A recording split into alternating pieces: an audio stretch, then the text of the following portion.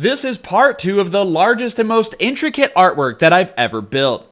I designed the 6-foot frame in Photoshop before I ever bought any wood. In part 1, I built the rectangular frame, but here in part 2, I'm putting together all of the aesthetic accents. This involved gluing cedar boards together from the side so that the wood grain of the artwork was all going in the same direction. But I also needed to build a solid base for the 50-pound frame to stand on. I made tracings for all of the pieces to keep everything symmetrical on both sides, and then I traced the cut wood with the other wood to make sure that everything was symmetrical. And sometimes it wasn't. But we carry on anyway. I used tung oil to bring out the color and the live edge pecan wood as well as the cedar. 1/4-inch Lowen panels were then secured, glued, and screwed to the inner trestles of the frame itself, which prevent the frame from warping or bending or being bent at all. I then put tape on the inside to secure it from any of the finishes that I add on the inside edge, which are painted black to make the artwork seem to pop out more. Spar urethane was used on gratuitous amounts on the bottom to give it protection from the ground, and it was used everywhere else to give it a nice solid protection.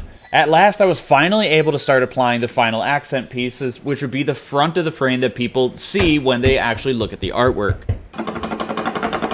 More spar urethane was added, and just about everywhere I could put spar urethane because it just has a beautiful, soft, glossy finish.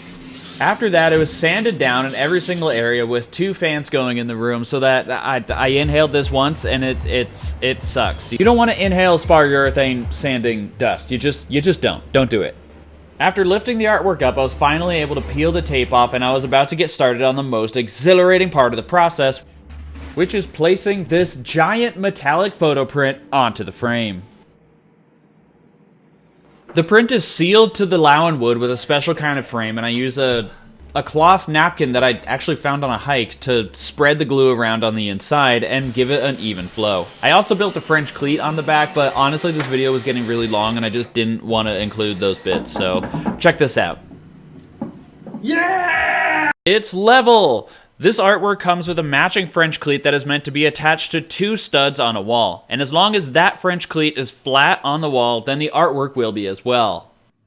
This painting is called The Mysterious Threshold. I started the artwork in September of 2023, inspired by a view of Mount Guyot from the Great Smoky Mountains. Every single tree and hillside is drawn by hand, digitally, emulating the feeling of gazing over a vast cloudy forest of the southern Appalachian Mountains. It's on display at Woolworth Walk if you want to see it yourself.